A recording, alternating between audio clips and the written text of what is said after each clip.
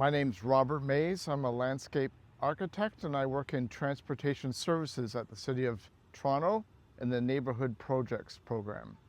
Being in an urban environment, there's lots of concerns we have about increasing temperatures and species diversity and stormwater infiltration and stormwater management. This location, it's representative of a lot of the work we do in our unit. We're working with community groups and residents associations to modify these boulevard environments. In this case, we were receiving complaints from the community about the adjacent parking area encroaching into the public right-of-way. A group here, the Rewilders, approached us and suggested, let's try to do something else here.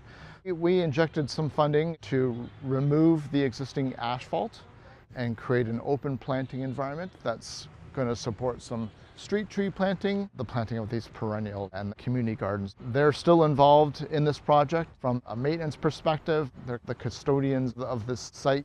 There's some other benefits for the city though, of course. It's a partnership project. We get to control that illegal encroachment of parking. The stormwater runoff is captured in this area rather than going straight into the catch basins on the street. It's enabling the water to go right in the ground where it lands. That water is also supporting the street trees.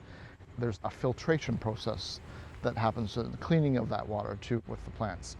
It was great working with this group, the Rewilders. They were actually working on a series of these sites throughout the neighborhood here in Bloor West and trying to make some connections for pollinators and other species, connecting these wild spaces.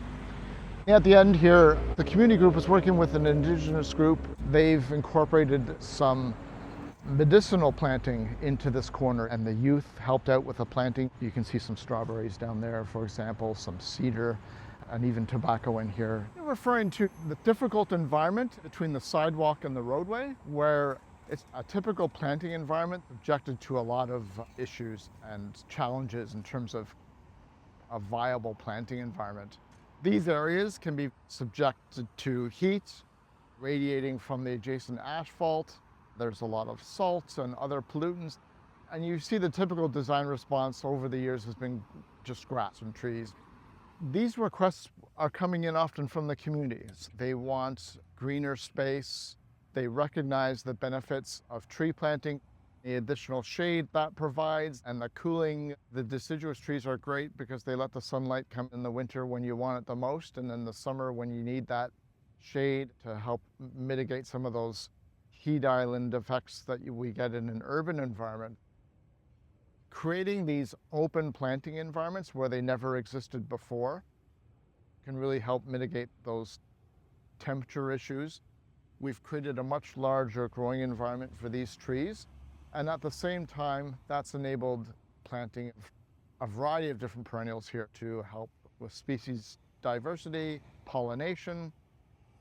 It's a challenging environment. None of our projects have irrigation systems, so we're selecting species suitable for the existing climatic region in an urban environment. That tends to be species that can tolerate heat stresses and times of drought. There's an interesting combination of plants that are not only tolerant of drought conditions, but can also tolerate periodic flooding. We need species selected based on site-specific environmental conditions, whether that's sun or shade. And there's an understanding that nothing stays the same. We've planted some younger trees here, so some of the more sun-loving perennials are going to work at this time, but over the decades, the planting strategy here might change as that shade comes over the site more. Also, we want plants that are tolerant of urban conditions and pollutants and salt tolerance, especially in a parking lot environment like this. There's a pollinator strategy network of resources online. Cornell University has some great resources and it has assisted us in the selection of various plants. There's limited grants available as well through the City of Toronto that people can look into. In transportation services, neighborhood projects could be a resource for you as well. We can provide support for community planting events in the form of providing plants, for example, for supporting a community planting event. Thanks for watching. We hope you'll like our videos and subscribe. Learn more about gardening in Toronto by visiting our website, signing up for our newsletter, following us on Facebook or Instagram, or by joining us at one of our many events.